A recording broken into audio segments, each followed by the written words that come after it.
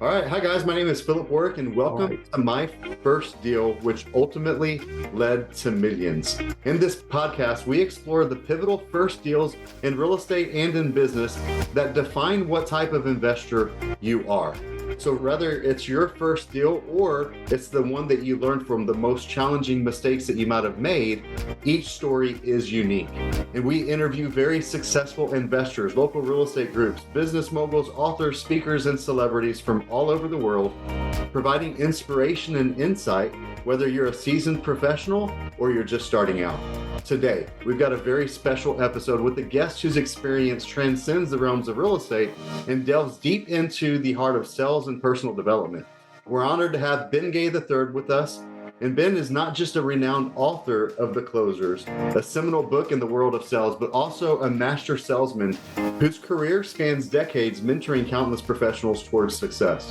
What makes Ben's journey even more fascinating to me, and why I have him on the show today, is his personal relationship with Dr. Napoleon Hill, the iconic author of Think and Grow Rich.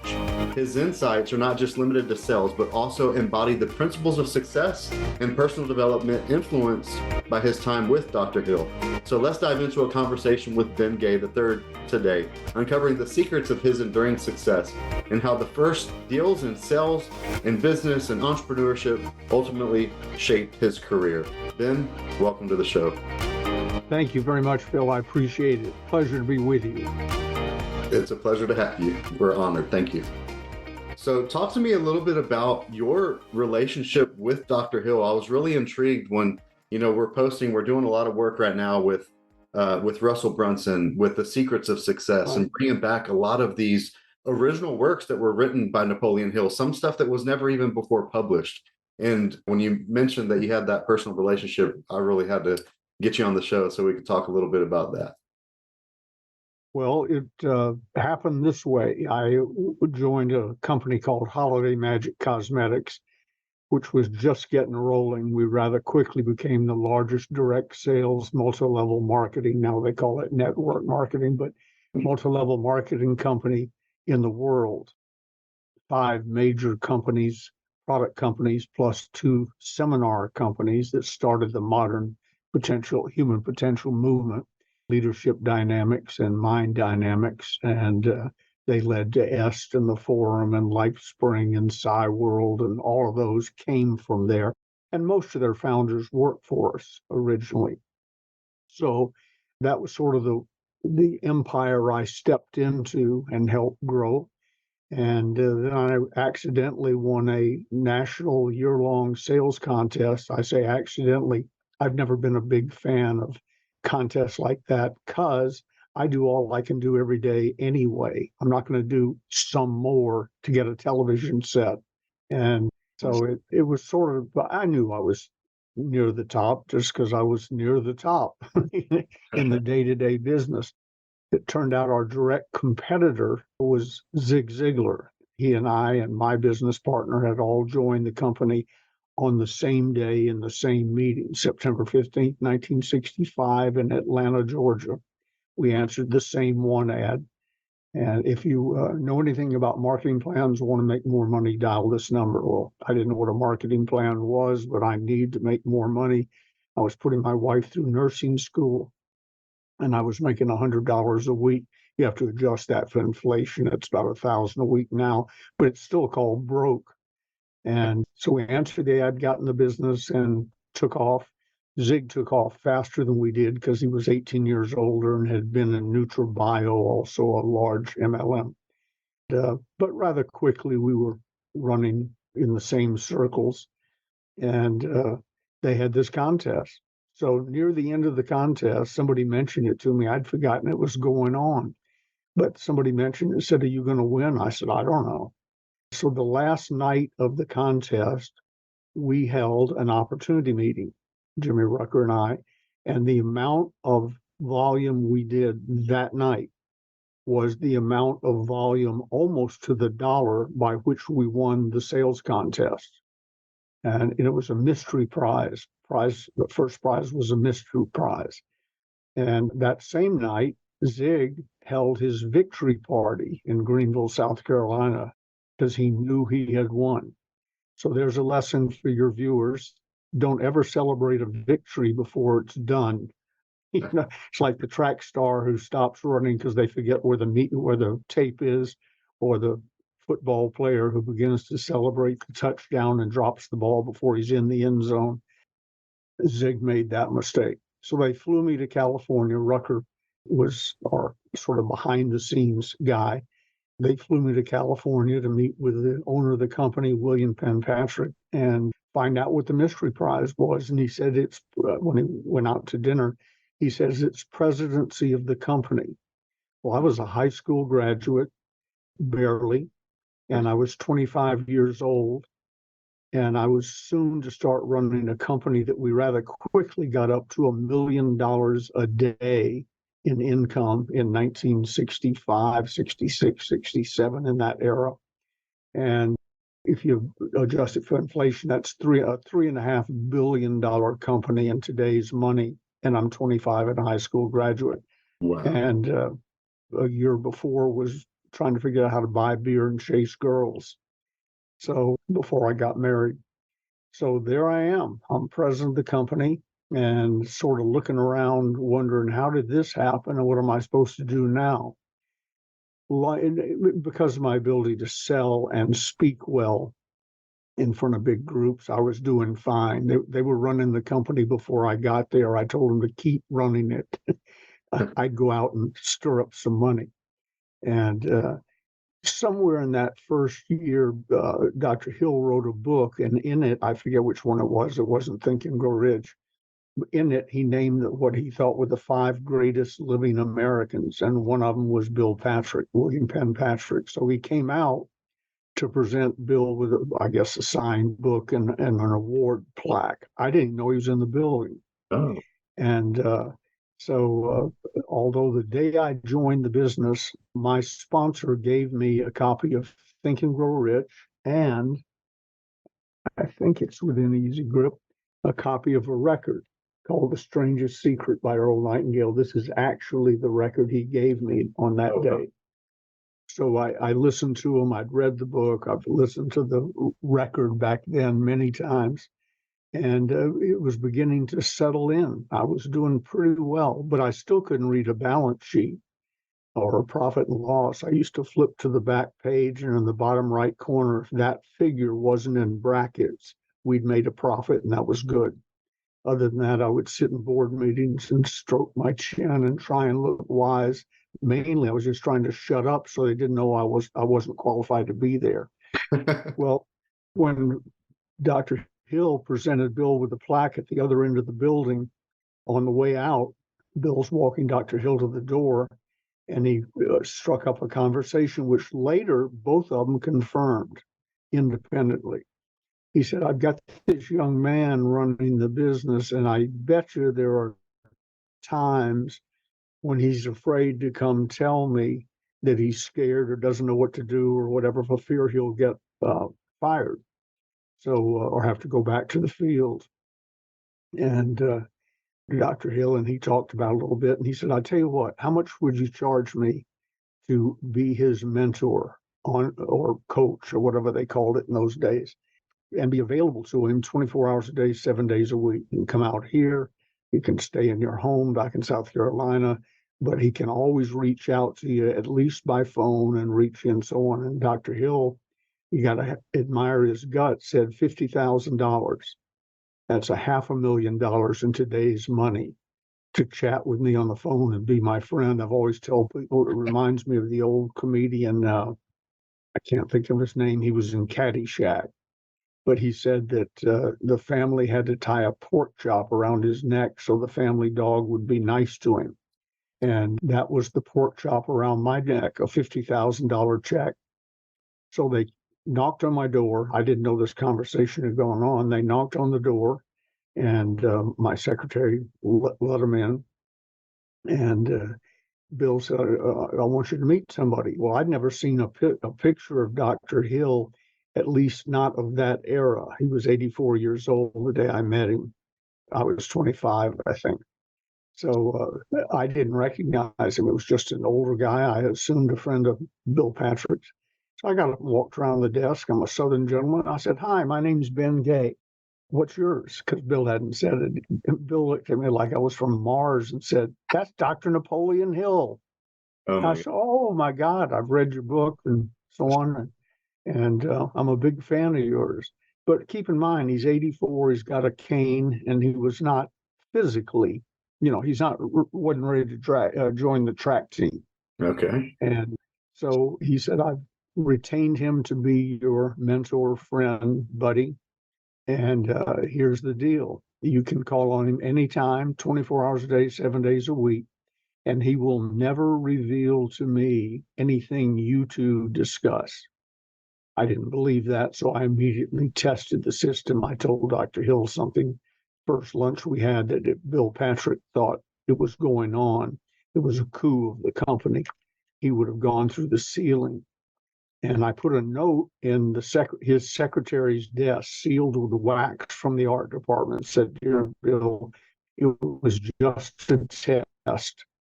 If you're reading this letter, you have just revealed that Dr. Hill broke the promise," and so on. Well, I was there another 4 or 5 years, left the business. A couple of years later, it went bankrupt. And I'm confident when they carried Marion McGinnis's desk out in the top shelf, that letter was still there with a wax seal on it, because he never broached anything to Bill Patrick. He and I discussed. It's almost like he wasn't involved in the business. Bill and I didn't even talk about him. He Wow. came and went and phoned back and forth and so on. So that's how he became my friend and mentor. He had a room up at the house that no one else slept in unless we were just jammed up with guests. Then somebody might spill over, but it was the last bedroom filled on holidays and so on. That was Dr. Hill's bedroom. And at the end of my conference table, which was my desk, a big long conference table, there was a chair. That was Dr. Hill's chair. And probably much of the stuff that was recently purchased was written at the end of that desk, because we didn't sit around chit-chatting all day long. I had a business to run, but he didn't get up and leave meetings. He could go anywhere in the building anytime he wanted without knocking or anything. He was just Dr. Hill, one of our new fixtures. And so he wrote a lot there. And then I said, "Do you handwrite at home?" He said, "Well, sometimes, but I prefer a typewriter." So I got him a typewriter up at the house. And late at night, I would occasionally hear, I don't know if you can hear that or not, but he was not a high-speed typist. I thought, my God, he's written all this stuff at that speed. Oh my He goodness. must write 24 hours a day. So he became my friend and my mentor, and we were forming a new company called Mentoring Dynamics, where we were going to bring people out. We had a huge sales field, and a lot of them were speakers and instructors. We were going to bring them out and spend 10 days in California with us, Dr. Hill and me and Bill Patrick, and so that they would get the seal of approval of Dr. Hill on their forehead. I'm teaching, mentoring, and so on. And I was personally trained by Dr. Hill and Ben Gay and William Penn Patrick, and had the name, had the logo ready to go. And then he fell ill and died. Wow. And I kid about this. It was $50,000 a year, or the year. At the end of the first year, he began hinting about, are we going to go forward? And so next time I saw Bill Patrick in the hallway, I said, "Dr. Hill wants to know if we're going to go forward. It's $50,000 a year. I thought I'd better run it by you." And he said, "You don't have to run it by me. First year was on the company. Second year is on you Oh. if you want to continue." So I did. I wrote him a personal check for $50,000, and I think I wrote the third year check because he was employed when he died, 2.5 years into the relationship.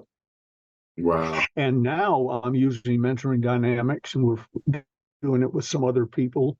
Similar concept, sort of a mastermind done via internet and so on. So we brought it back to life, and he's been gone 53 years, I think, now. Yeah, I think it was And 1970. I still miss him every day. I still think of him every day. He's the one that got me on my daily success system.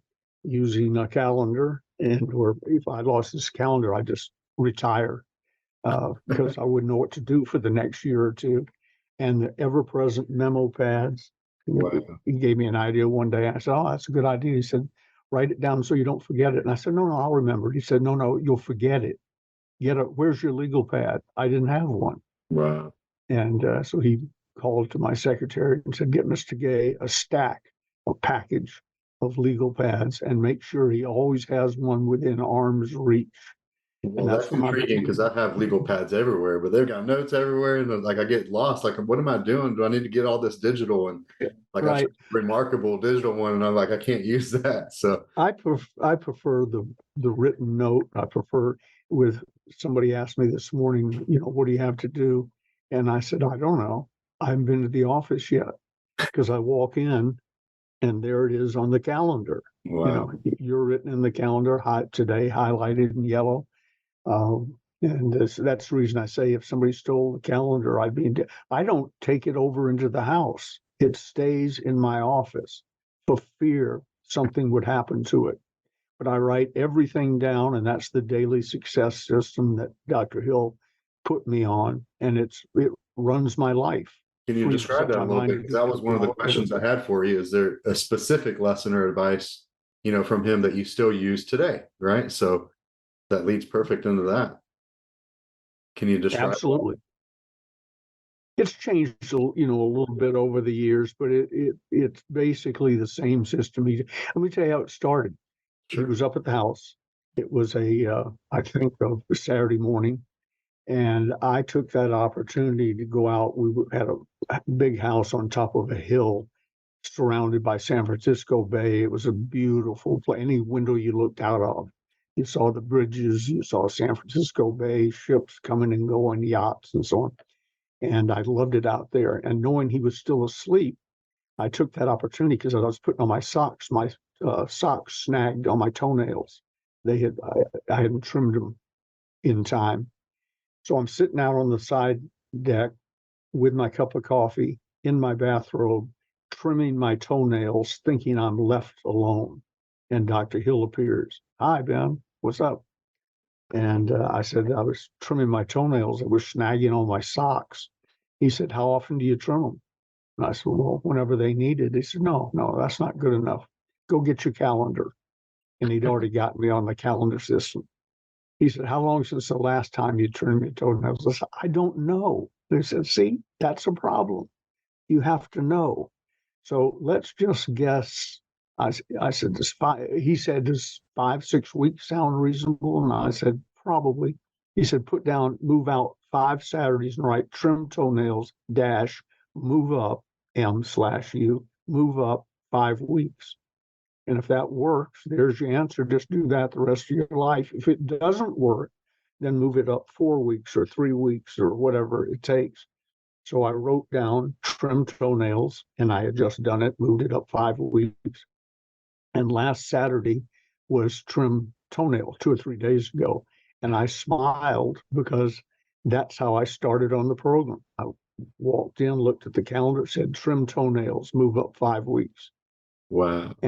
But he did that gradually in every aspect of my life. Walked in the office one day, and I had just come back from a speaking tour, did 33 speeches in 33 different cities in 11 days. And that was sort of the pace. That was extraordinary, but it was the pace. I gave a speech or two every day, and over 300 a year. I take out a few holidays. And he said to me, because Dr. Hill did not, he had 2 or 3 divorces, one annulment. He was not a happy camper when it came to marriage, and he didn't have a close relationship with his kids, to the point I was reading about him long after he died before I knew he had kids, because it just wasn't part of his day-to-day life. And he really admired. He sort of became a member of our family. He admired my wife and my one son at the time. We now have, counting adoptions, 4. And he said to me one day, how I just returned from a trip. He said, "How's the family life working out?" And I said, doing fine. He said, well, with your schedule. I said, well, I work it into the nooks and crannies. He said, we found the problem. I said, what's the problem?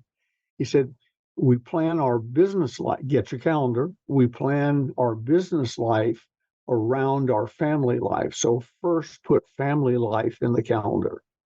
And I won't bore you with all the details, but we take 4 or 5 long weekends over at the coast every year. Well, I write those in the calendar as soon as I get my new calendar. They're already written in for next year. Okay. And nothing happens to those this year 5 4-day blocks. There's not a story on earth that would get me to be anywhere else but over in Mendocino on the Northern California coast.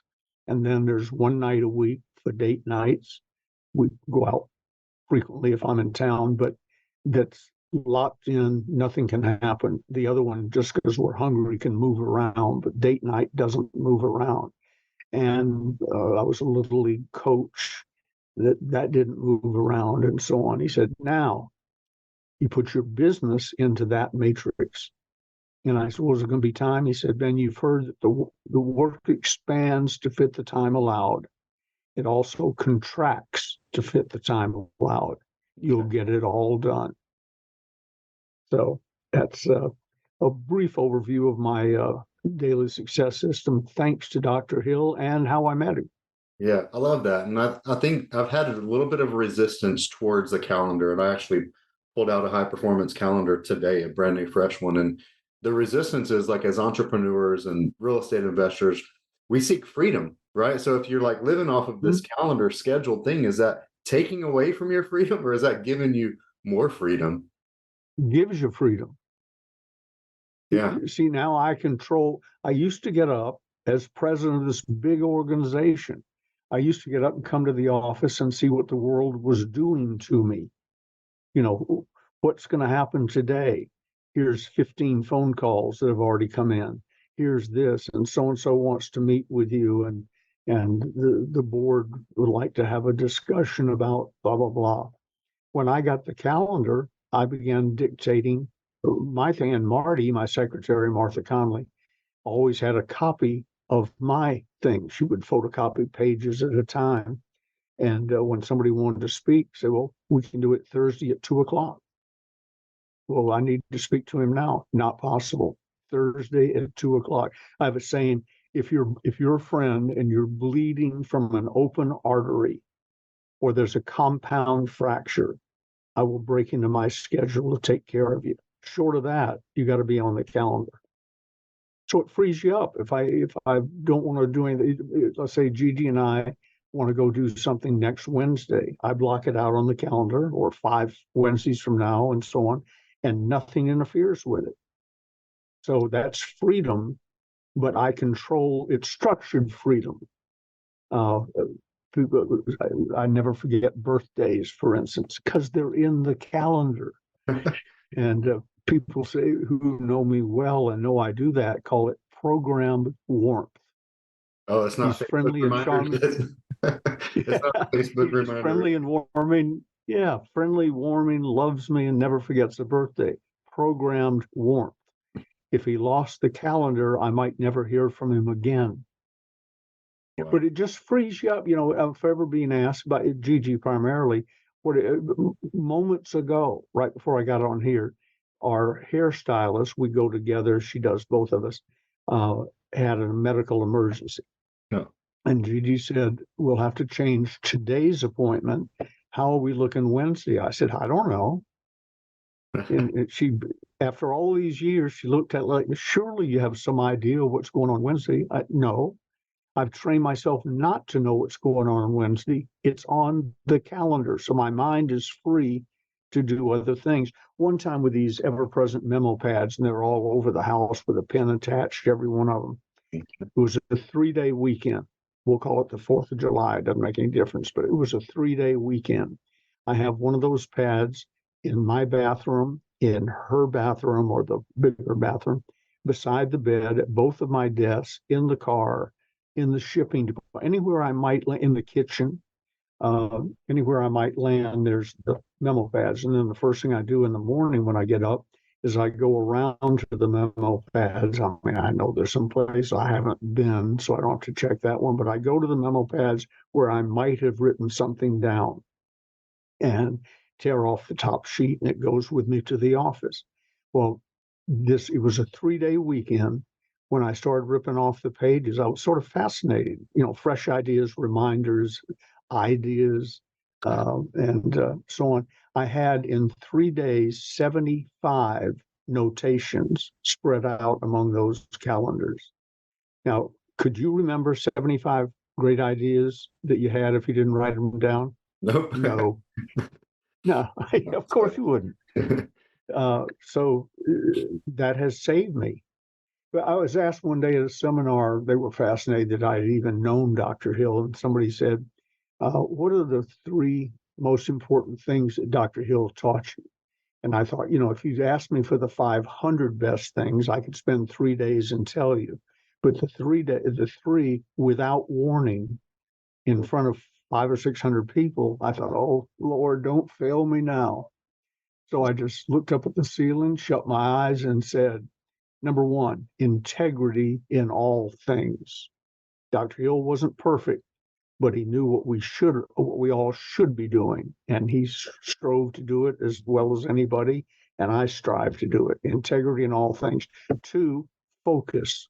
If you're working on something or talking to somebody or whatever, and that's what you've chosen to do with this 5-minute block of time or hour block of time or whatever, focus on it. Because I'm one of those shiny object persons. I could be talking to you right now.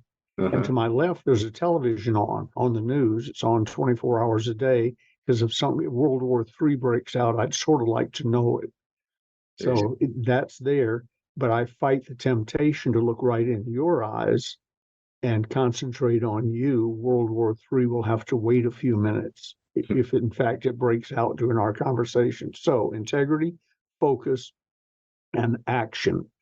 The way he first taught me action. And by the way, for people who don't know, it's not the strangest secret. Think and Grow Rich was written as a sales training book. It was only for salespeople. That was going to be his market.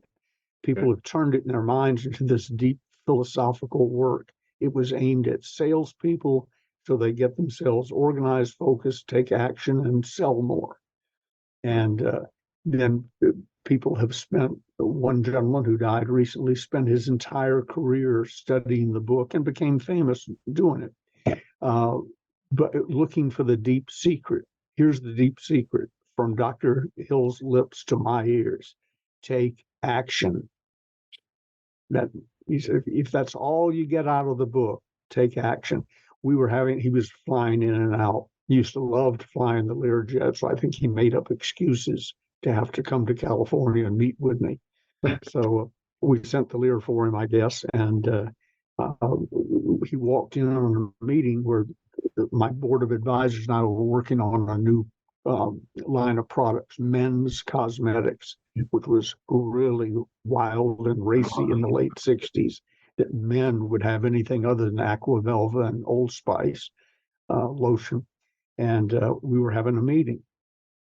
And it was about launching this line. Well, I didn't know it till later, but Dr. Hill thought he was having deja vu. The last time he was there, a week or two before, a month before, whatever it was, we were having the same meeting.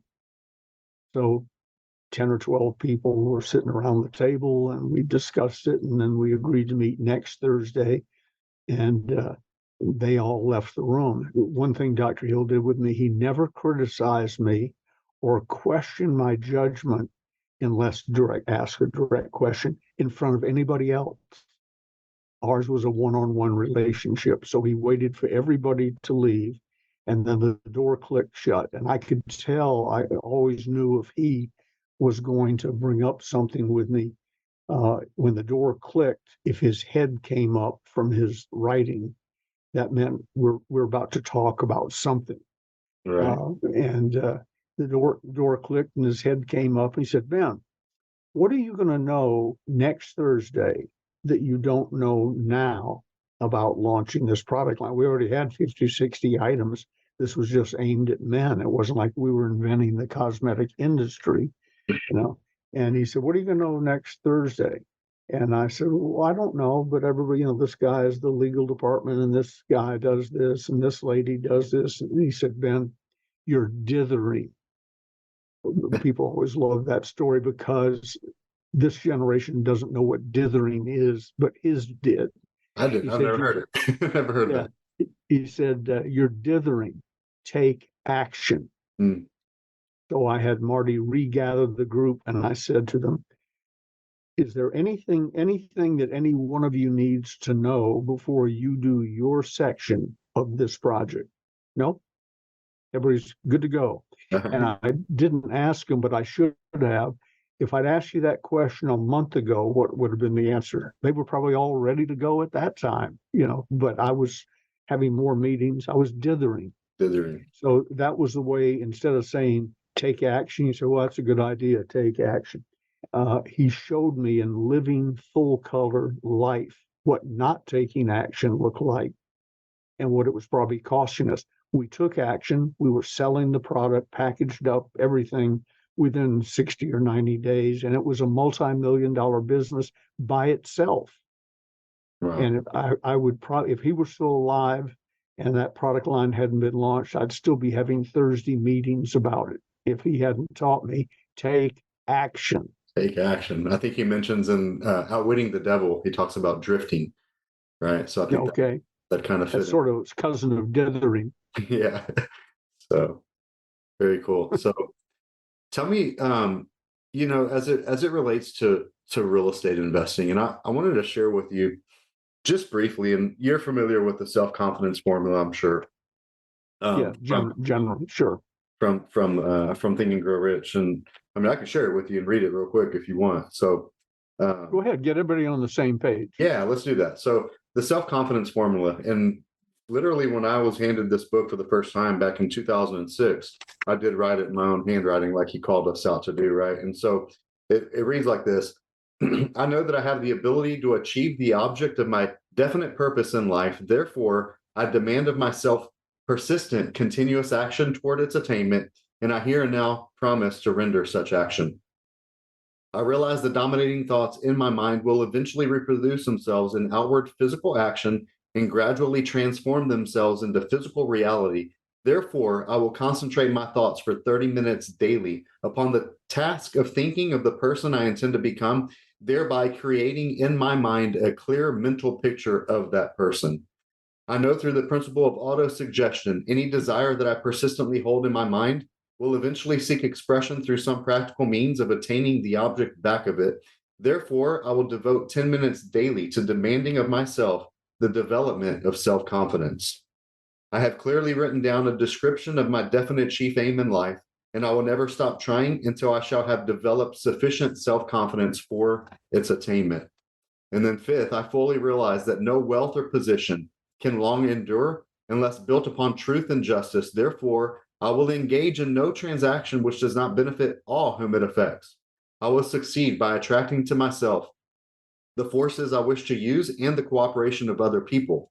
I will induce others to serve me because of my willingness to serve others. I will eliminate hatred, envy, jealousy, selfishness, and cynicism by developing love for all humanity because I know that a negative attitude toward others can never bring me success. I will cause others to believe in me because I will believe in them and in myself. I will sign my name to this formula, commit it to memory, and repeat it aloud once a day with full faith that it will gradually influence my thoughts and actions so that I will become a self-reliant and successful person. And I signed it on the 15th day of May 2006 at 1:50 a.m. Wow. So you're like I am. I met Zig Wednesday, September 15th, 1965 at noon at 1447 West Peachtree Street, Suite 300. Now, it's not that meeting Zig was that big a deal at the time, but I'm like that. I focus in on little bitty things, so I have mental hooks to hang them on. That's great, even down to the time. That's great. Yeah, so that's awesome. So part of that was it talked about, writing your definite purpose in life, right? And for me, I've been a real estate entrepreneur, and I was a senior in high school when I ordered one of those home study courses, like how to buy houses with no money, no credit. Because as a senior in high school, I had no money and no credit. But after reading that, I wrote my definite purpose, and this really relates to what we talked about previous to the show. And I'll read it to you. And it says, I now have over $1 million in cash and equity, along with a $1 million per year business buying, selling, and leasing homes. With an average of $25,000 per deal, I buy a minimum of 52 houses per year.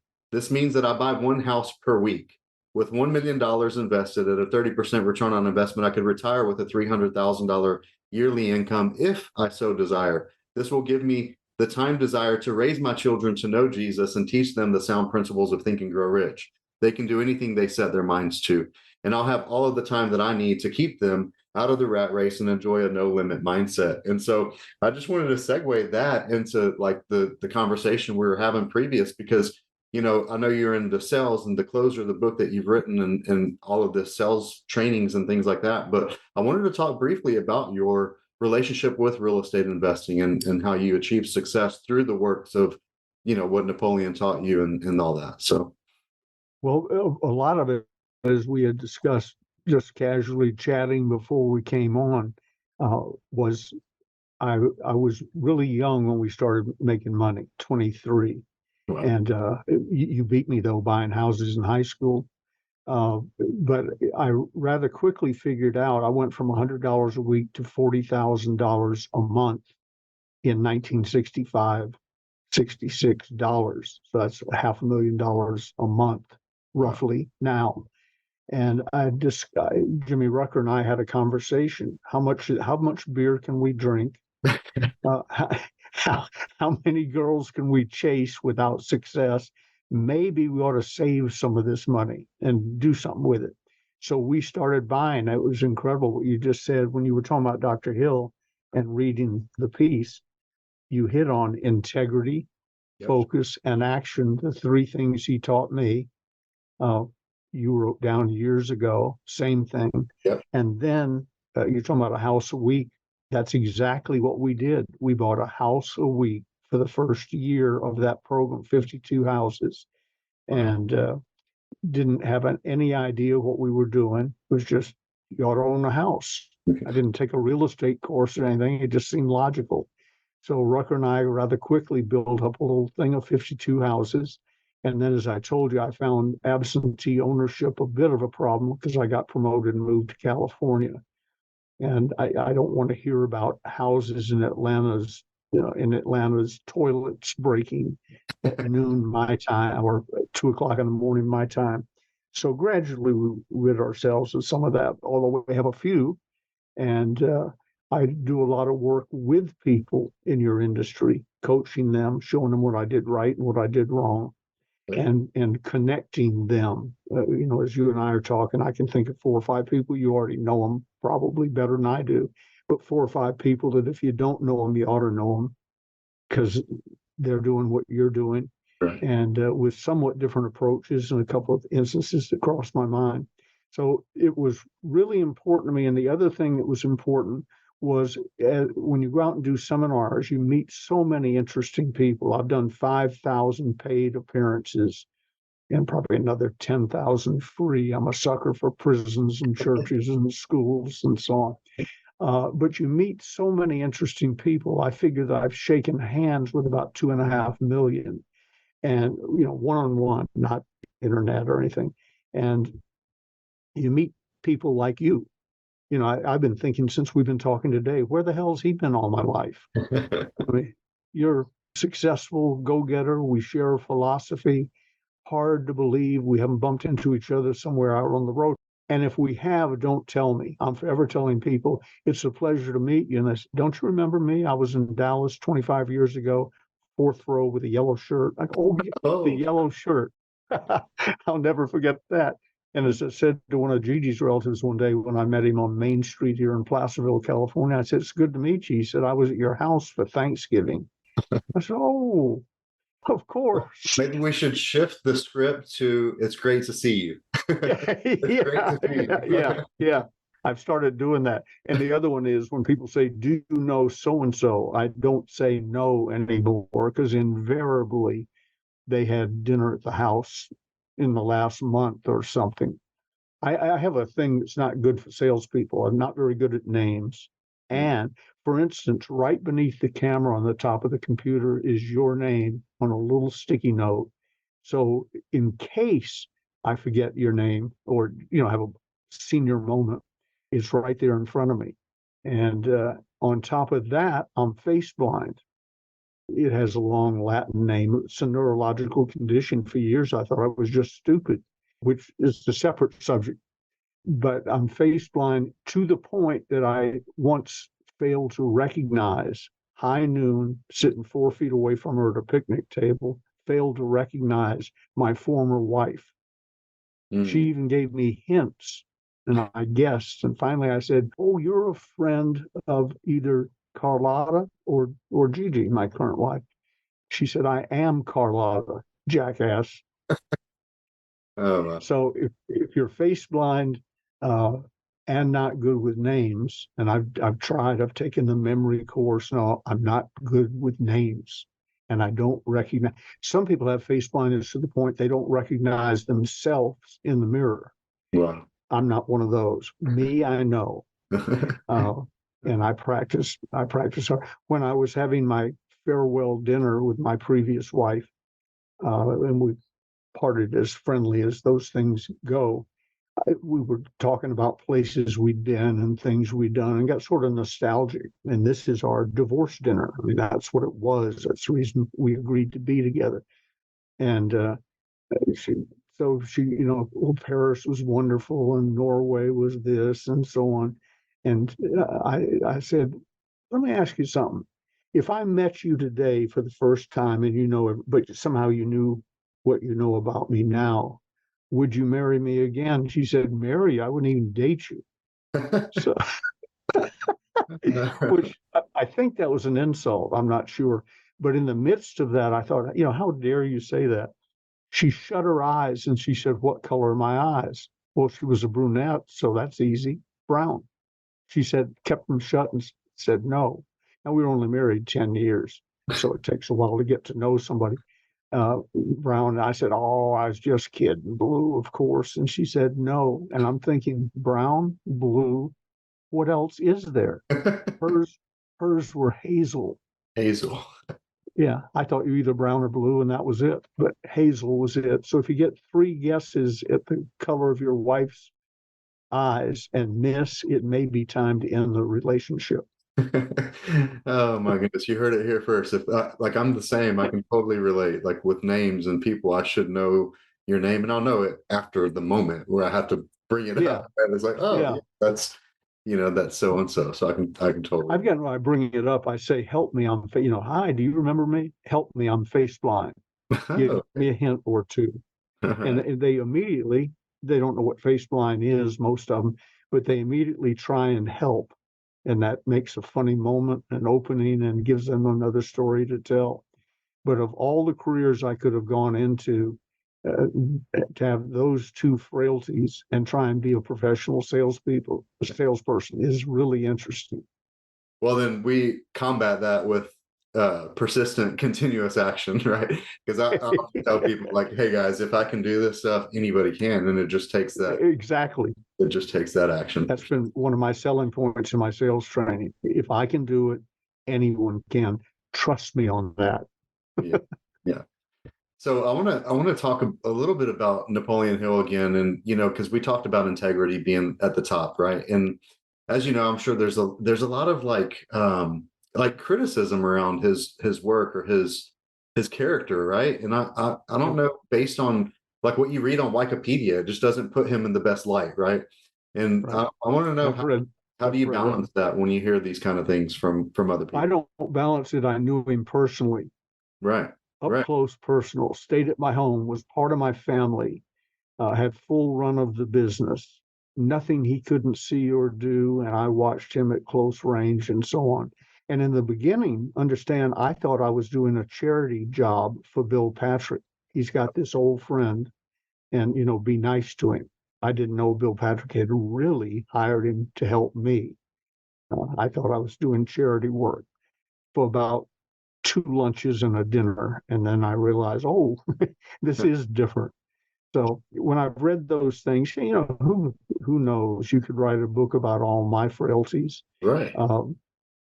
People say, you did great work in prison at San Quentin. I had my People Builders course there, which I did as a charity. Went in every Friday night and taught a 12-hour encounter class.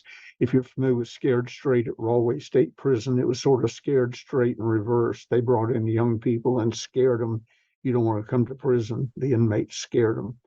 In my case, young white millionaire goes to San Quentin and scares the inmates because I told them the truth. Here's how it really works out there. Here's what you must do, or you're going to spend the rest of your life in and out of prison until you're shot in some awkward situation one night, and so on. So listen up, or you're screwed. And I did that for 5 years. So when I talk about, and I taught at Lompoc Federal Prison, people have tended to blend the two together. I taught at San Quentin for 5 years. I served at Lompoc in the federal prison for 6 years, 1 month, 1 day, and 2 hours, a white collar situation where the government and I disagreed on a point. So and I was attitude coach for the astronauts. And I met Charlie Manson at his request in his cell 3 times for 3 hours each visit. So from Charlie Manson to the astronauts and everybody in between, kings, queens, princes, con men, Glenn Turner worked for me. Yeah. Con man, Glenn Turner's name just popped into my mind. He worked for me. We had to fire him. He was causing us too much trouble. And everybody in between. And I've observed what they were really doing. I'm a pretty good judge of character. I never saw a flaw in Dr. Hill of any kind, not even in a casual comment. Now, he may have exaggerated, as we say in the South, never let the facts get in the way of a good story. He might have exaggerated his closeness with X, Y, or Z, but I've seen pictures of him with almost everybody he ever talked about.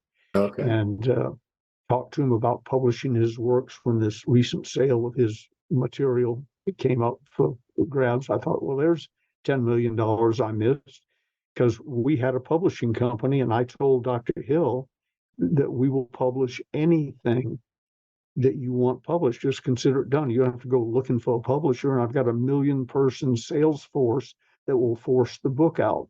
And he knew that would work because Clem Stone forced Think and Grow Rich on his 1 million-person organization, Combined Insurance. By the way, small world. I bought a business from a guy named Morris Pickus, who was an older gentleman, wanted to retire. As soon as we met in the first meeting, he said, I understand you've worked with Dr. Napoleon Hill. And I said, oh, yes, he's a good friend of mine. He said, well, I caused that. And I said, how'd you cause that? Because I've never heard Hill mention him. And until that moment, I hadn't talked to him all that much anyway. Turns out he was a business consultant, Morris Pickus. He was on the way to see W. Clement Stone, Clem, his friends called him. And back in those days, you would frequently bring a gift or a token offering to the person you were going to call on, not unlike a bottle of wine as a hostess gift when you go to have dinner with somebody. And so he's going, I don't know if he went to a bookstore or whatever, but Morris saw in a bookstore Think and Grow Rich. He'd never read it. He'd heard about it. It had already had its run. Amazon wasn't around. Books didn't last forever. They ran a little bit and then they went away. It had had its run, but he remembered hearing the title. So although he hadn't read it, he bought a copy, flew to see Clem Stone. As he walked in, he handed him Think and Grow Rich, which Clem had heard of but never read. So he read it, fell in love with it, made it mandatory reading for everybody at Combined Insurance. They might still do that, for all I know. And tracked down Dr. Hill, and long story shortened, became his manager and business partner for a while and brought Dr. Hill back to life. He was a trivia question. Think and Grow Rich was a terrific question. Clem Stone brought it together. That was because my business partner gave Clem a book, and then they all came to work for me. Talking about coming to work, we're sitting up at the house one day, and it was a long weekend, I guess. Earl Nightingale was there, and he had become the voice of all the companies that I ran. Wow. And we private labeled The Strangest Secret and Lead the Field, Lead the Field with Holiday Magic, Lead the Field with Bob Cummings vitamins, whatever. And I told him the story of how I got his record back then, Earl's record, and Dr. Hill's book.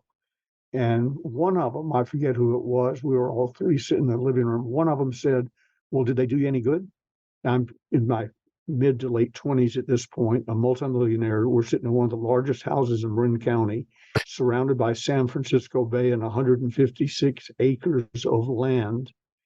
And I paused and I said, well, look around. And they looked around and started smiling. And I said, and you both work for me. So, the question being, did they work? Yeah, they worked fine. But you have to do something with it. Let me show you one you'll get a kick out of. This is a copy of Think and Grow Rich, one of the original ones. Oh, wow. A friend of mine saw it, and it's signed by Dr. Hill. A friend of mine saw it at a garage sale, paid 50 cents for it, and gave it to me. He said, Ben, I saw this. I couldn't resist. And so it's my gift to you. Her name is Sandra Nomer. And she handed me the book, and I went to open it up, and the spine has never been cracked. Oh, it had wow. never been opened except for that far so Dr. Hill could sign it. Wow. And it says to Mrs. Grace Dixon, with best wishes, Napoleon Hill. And that's the problem with Think and Grow Rich. I complimented him one day. He walked into the same living room I'm talking about, and there was a copy of Think and Grow Rich on the coffee table, aimed at the entrance hallway. My wife had put it there, not even cool, I said, oh, look, a copy of Think and Grow Rich. It was placed like we sat around the coffee table and read it together as a family every night.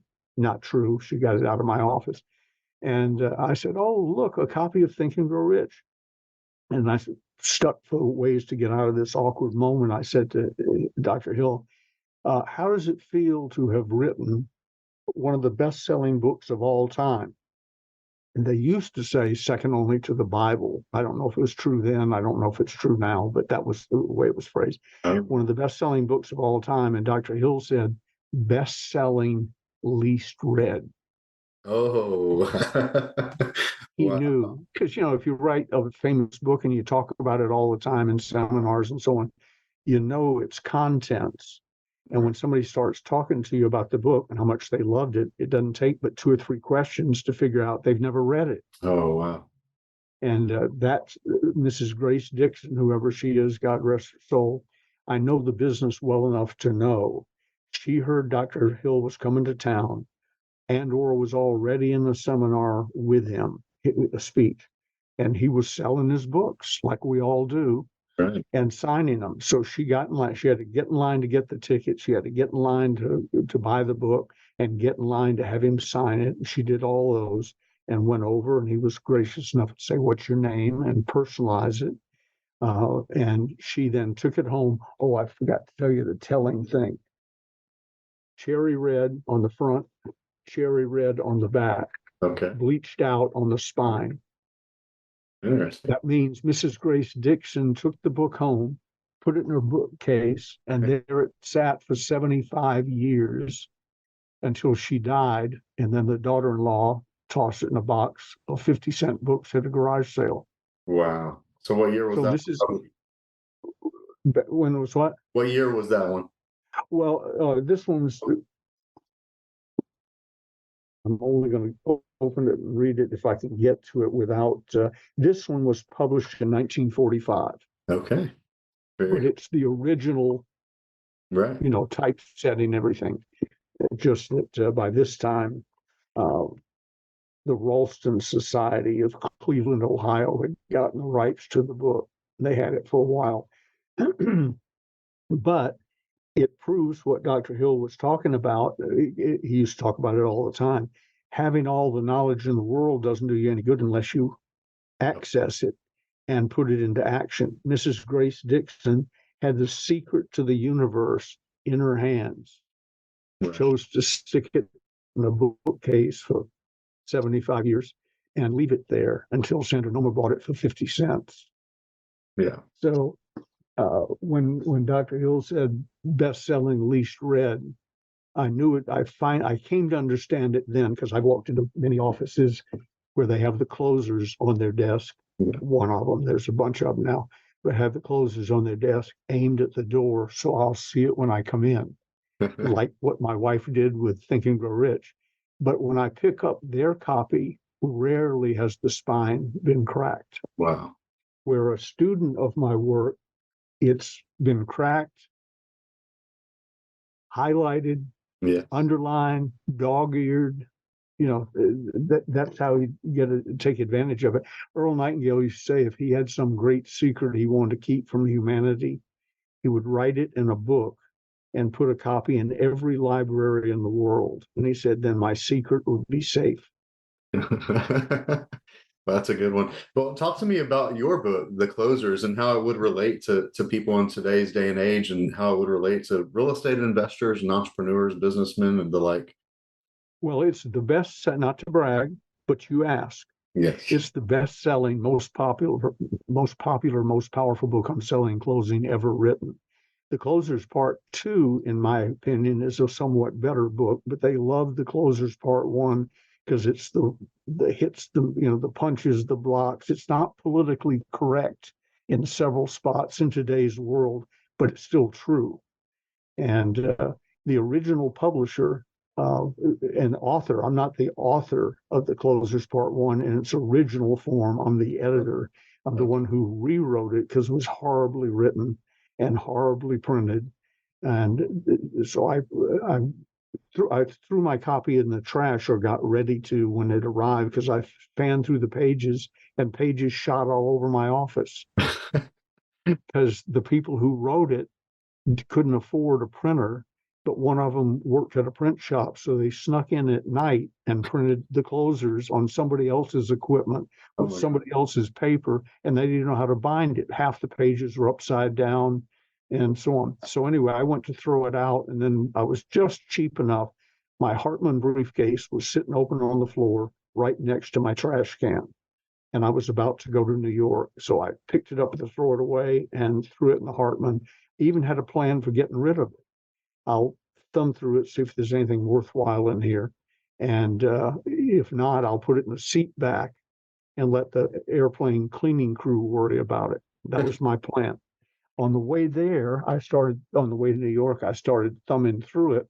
And again, horribly written, misspellings, grammar mistakes, pages upside down.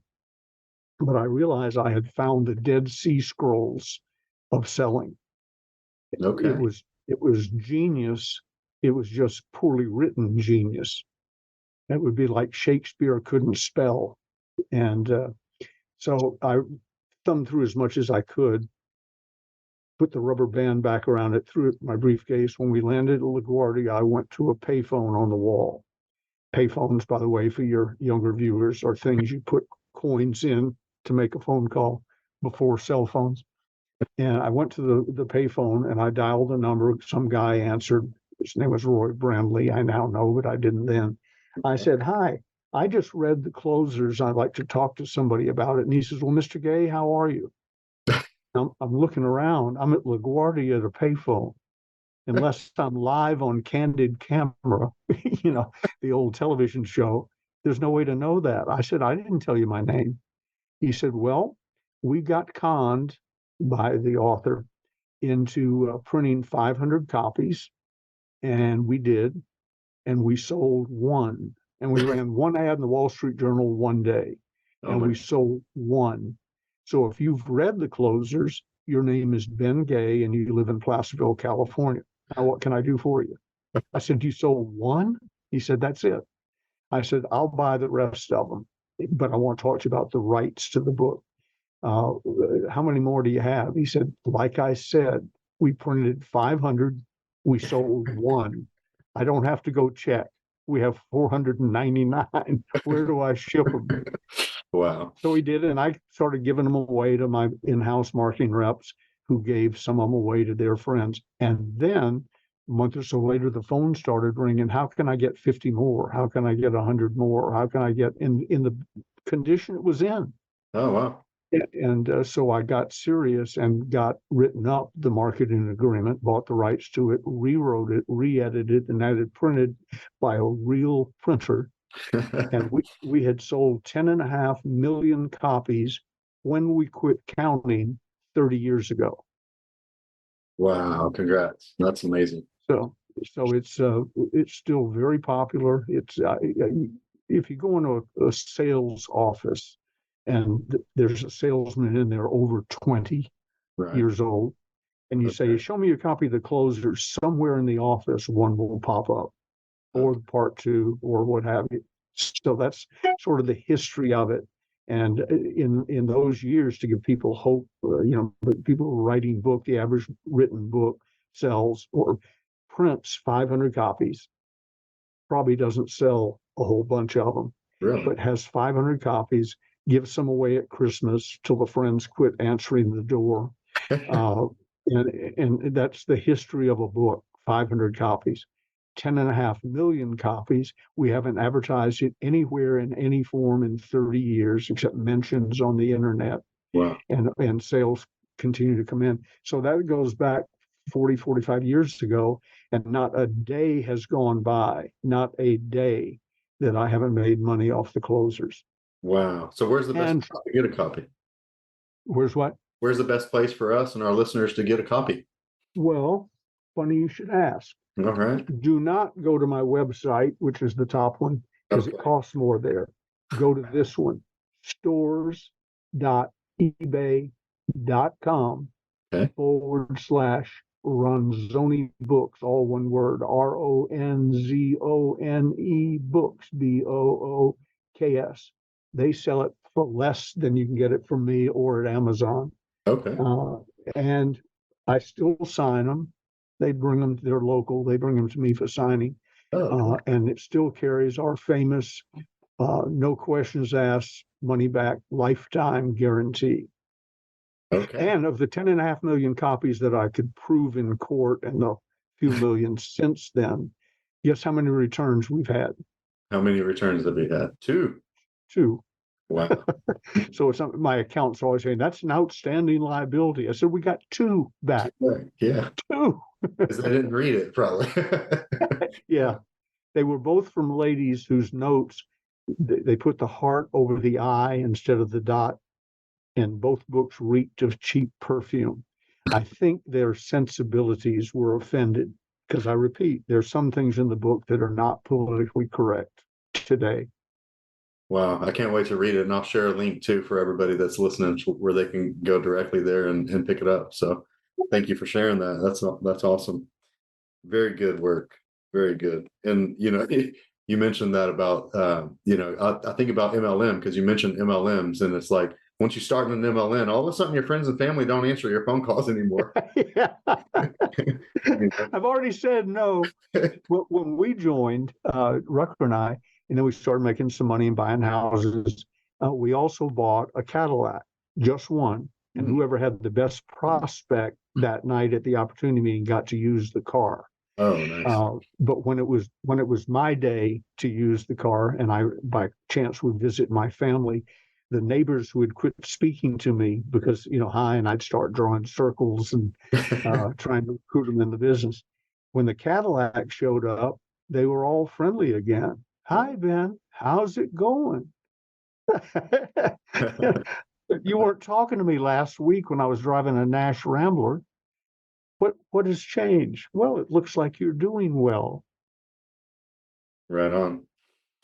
So I wanted to mention something because it just came to mind. And, when you mentioned in your Facebook comment to me, you said that many times Dr. Hill thought that his work would soon be forgotten. Yes. Talk to me a little bit more about that. And like, what do you think of what we're doing and what Russell Brunson is doing with these original works and the secrets of success. Have you looked into that, and have you had any thoughts about some of what we're sharing here? Yeah, you guys are sort of the third wave of Think Okay. and Grow Rich. The Oh, first one was the first one, and uh, and it's amazing to me that he sold that many books to anybody in those days without the internet, without Amazon, scattered around bookstores and word of mouth. He couldn't afford to do much advertising. And then, of course, his seminars. Most of us who've written books make a lot of money sitting at the back table signing books and or audios or whatever. And Dr. Hill had that run. And then he had a second run when Clem Stone discovered him. And maybe I helped that a little bit because as I got better known and talking in front of groups, if you met me socially at a bar, it wouldn't be 5 minutes before Dr. Hill's name would come up because I found, like my books, it's sort of my passport to credibility. yeah. If they don't know who Dr. Hill is, it doesn't mean much. But if they do know, people go, "Oh, you knew Dr. Hill?" Or you just read his books. No, he was a personal friend who worked for me. Wow. My God, how is that possible? I said, well, I was in that area. Zig worked for me, and I could even say Clem Stone worked for me in a few seminars, but he charged.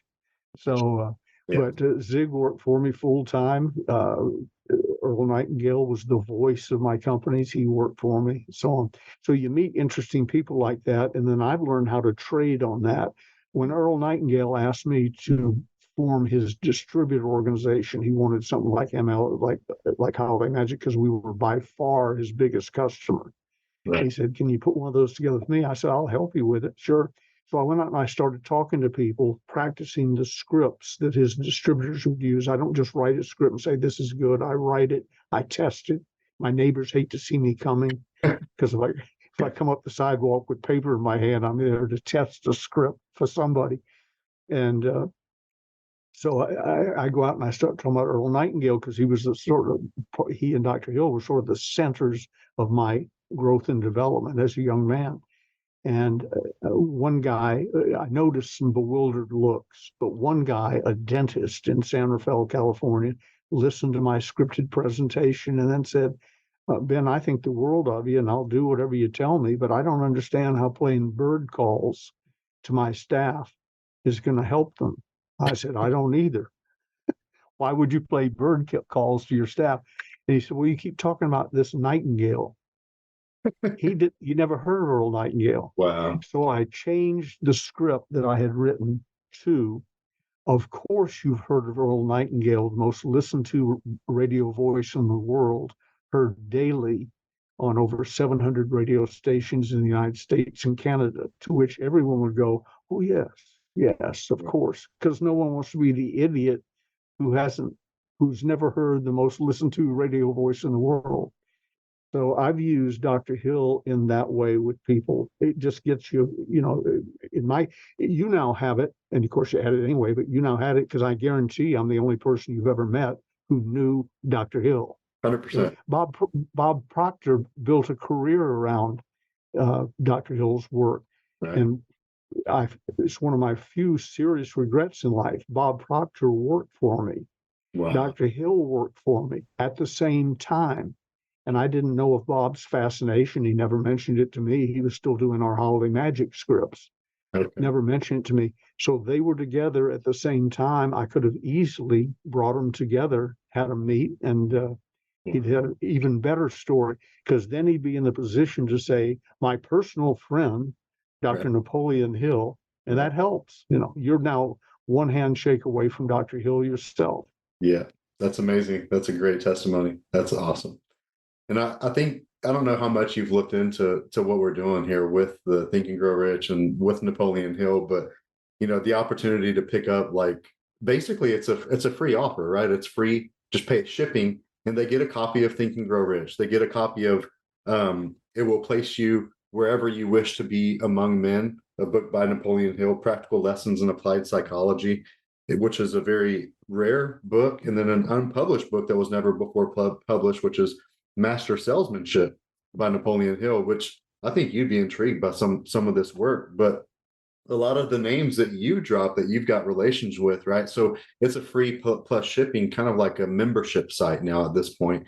And behind all of that, it's a lot of work that Russell's doing, like essentially building, what we would call like an event center, a library, a museum with all of these original works and public unpublished works and original, works that Russell's picked up. And inside the library, we also get access to Earl Nightingale, Lead the Field, The Secret Advantage, The Strangest Secret, Your Success Starts Here, right? So there's so much stuff like inside of the library that we have access to from a lot of these greats that you're talking about today. And it's amazing work. And I don't know if you've looked into it, but as it applies today, right? So we're talking about these works that were written back in the 1800s and early 1900s, and we're talking about, Napoleon Hill, and there's Earl Nightingale stuff in here, Jim Rohn stuff in here, Dale Carnegie, right? L.C. Lincoln Benedict is a book that we're going through right now. Such cool things. And so, how do you feel all of that relates to success today? Because I like to tell my clients, my coaching clients, like, hey, I can teach you all the tools and all the tactics of real estate, right? The how to. But if you don't have the mindset right, your chances of success are scarce, right? So what do you think of that and what we're doing there? God bless you. And as I think I said to you in an email at some point, Dr. Hill is smiling down on you. Yeah. Because he sincerely believed, used to talk about it frequently. He was a humble guy. He wasn't Tony Robbins. And I don't mean that as an insult to Tony, but Tony, is sort of hard to miss Tony. Right. He's 8 feet tall. His teeth came out of a piano keyboard somewhere. And he's and Dr. Hill, you wouldn't have known he was in the room unless somebody pointed him out to you. So he never was an attention hog and what have you. So he'd seen Think and Grow Rich die once before. So he and the book became a trivia question. Wow. Except for happenstance. So he was acutely aware. You couldn't say, oh no, you'll never be forgotten. His answer to that would be, I already have been. Wow. It already happened, past tense. I'm back, but I now know how it works. Wow. There are many great books that die that 500 book death, and he was aware of it. So he literally, I think I'm quoting him accurately, I don't remember writing it down at the time. He said, I and my works will soon be forgotten. So for me, he died roughly 53 years ago.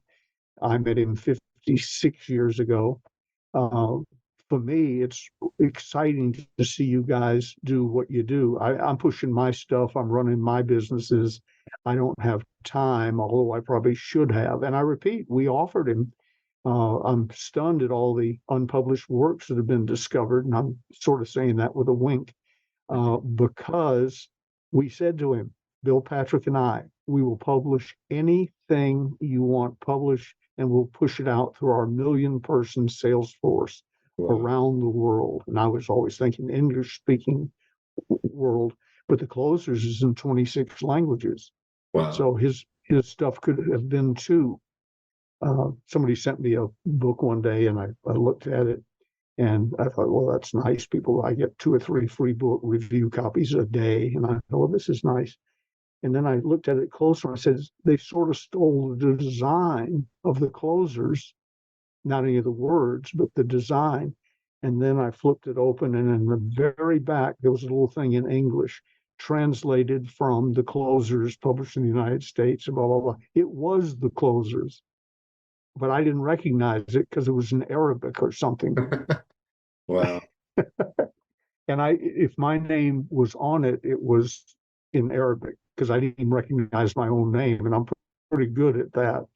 I can spot gay third in a phone book, just boom, So, but I'm thrilled with what you're doing. I'm impressed. Dr. Hill, I promise you would be, because you're going to give it another life. This one won't be forever, but you're going to give him another life, a 4th generation life. But the exciting thing is not the number of books you're going to sell or have sold or what have you, or I've sold. It's the lives you change. If Dr. Hill had never come to work for me and we met in that manner, he never would have known the impact he had on my life. Everything began to change the day I joined Holiday Magic Cosmetics, got a hold of a record called The Strangest Secret, and was handed a book called Think and Grow Rich. Wow. That was the turning point in my life. I stepped into a phone booth to answer that little marketing ad that they had. If you want to make, you know anything about marketing plans, want to make more money, dial this number. I stepped in the phone booth and dialed. Your younger viewers won't understand that. Right. Dialed, not punched, dialed in the 7-digit phone number. I didn't realize I was dialing in the launch code of the rest of Ben Gay's life. Wow. And from that phone, and then I interviewed the guy who ran the ad, Bill Dempsey, one of my early mentors, interviewed him because I wanted to make sure he was worthy of hiring Ben Gay of Brown Gay Food Brokerage Company. Skipping over the fact the Gay and Brown Gay Food Brokerage was my father. It was not me. I had nothing to do with anything. I was just a salesperson.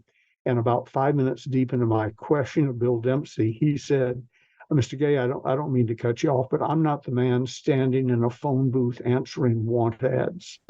Where are you?"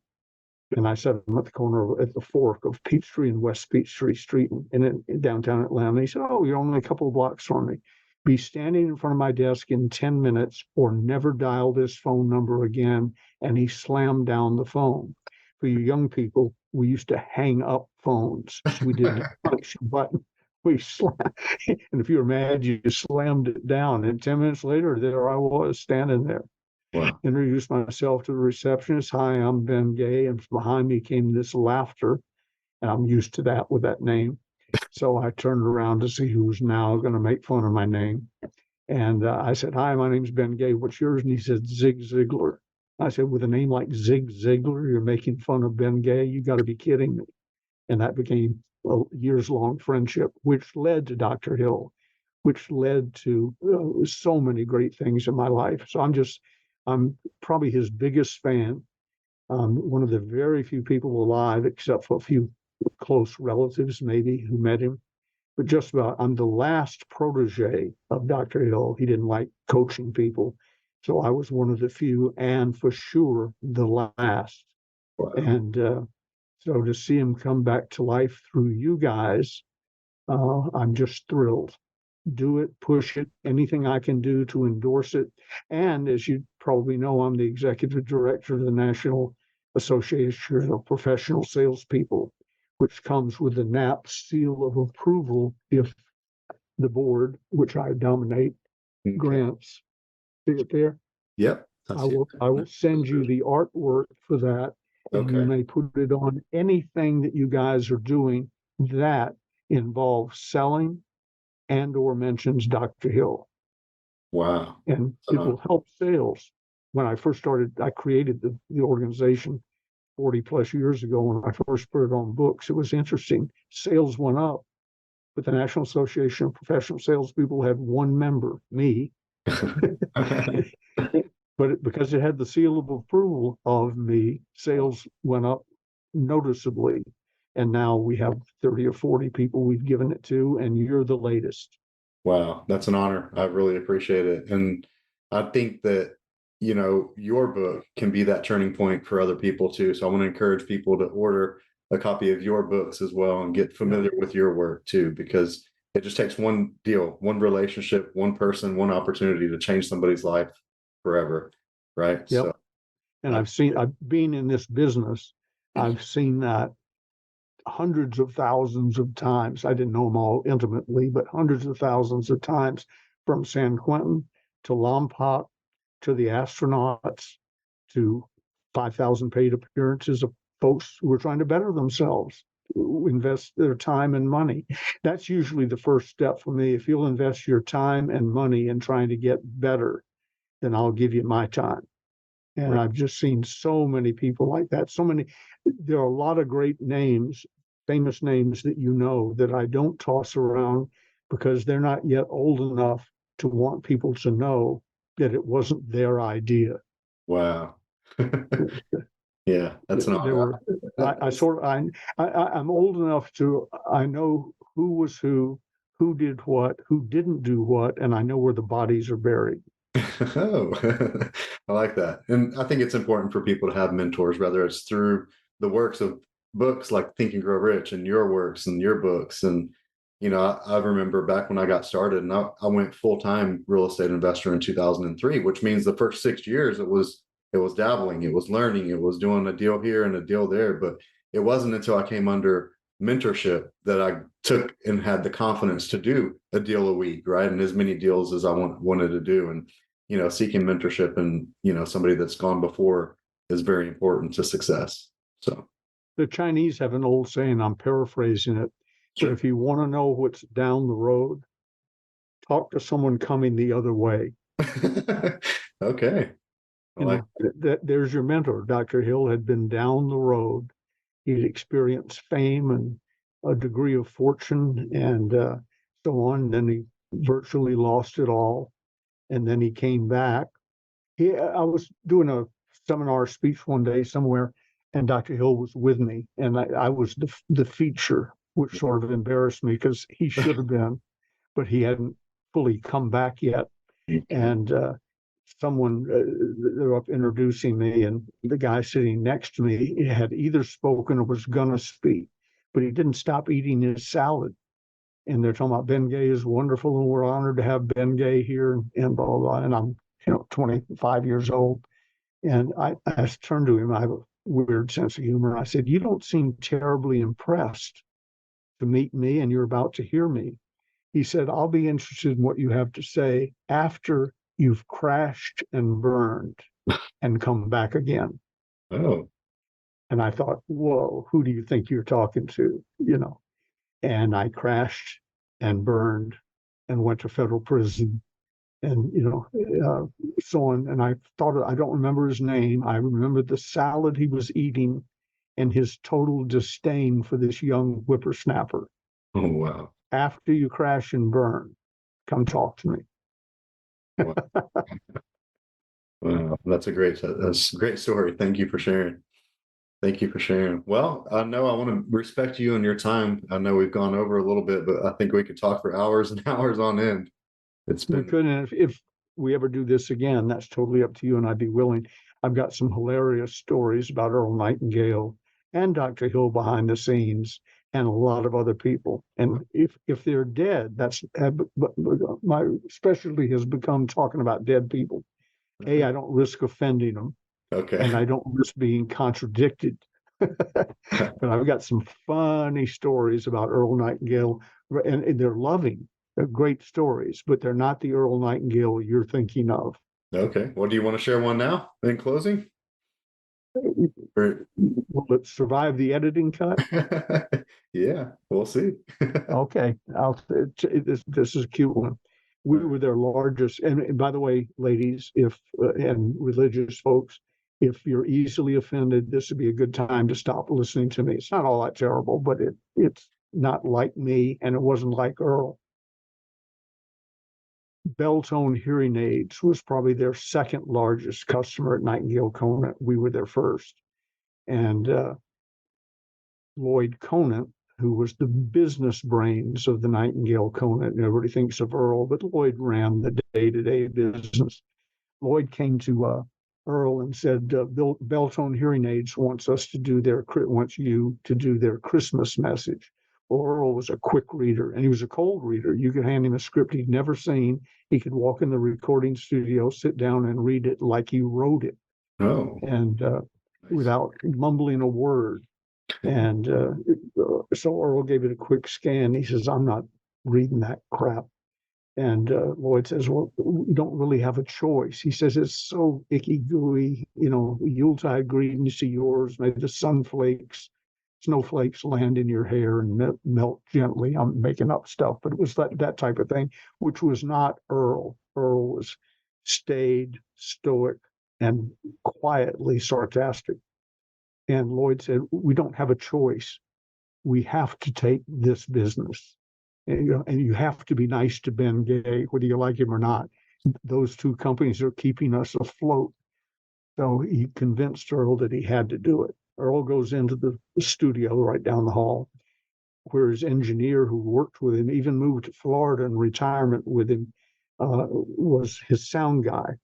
And he had gotten spoiled by the fact that Earl never made a mistake and could cold read anything. So he pretty much, I think he read books while Earl was recording. You look up, and if Earl was still moving, he was still recording. When he quit talking, he hit the stop button. So Beltone wanted to send out this Christmas message from them and Earl Nightingale on the Flexi records. I don't know if you remember those, but they could come in magazines or whatever. You tore them out. They were square, but they were small, like a 45 RPM. So you could put a square record on a turntable and the corners didn't hit, but it enabled them to put a recording in a magazine made out of a plastic page, basically. Wow. And so Earl goes in the thing for Evertone, using the Evertone system, and records Beltone's hearing aid Christmas message. Blah, blah, blah, blah, blah. Snowflakes in your hair, and may Santa Claus bless you and your family, etc. Okay. This is Earl Nightingale. Have a very Merry Christmas. Got up and walked out. The engineer notices he's gone, hits stop. Off it goes to the Evertone to be pressed. I'm back in Chicago, and they're trying to sell me on using the Evertone Flexi records, which I did for a different reason. But I'd never said, I didn't even think it'd play. So they said, well, we've got 10,000 records out here in the hall that are waiting for the guy to pick them up. They're going to Beltone hearing aid distributors all over the world, I guess, or country. So they go out and they pull one Flexi record out of the pile, fold back the cover, put it on the record player in the conference room, and begin to play it. Hello, this is Earl Nightingale, blah, blah, blah, blah, blah. Happy snowflakes to you. This is Earl Nightingale. Have a wonderful Christmas. Jesus Christ, what a crock of shit. The engineer hadn't caught the little comment Earl made after the pause. He left the pause so the engineer would edit it there. Earl was very familiar with radio.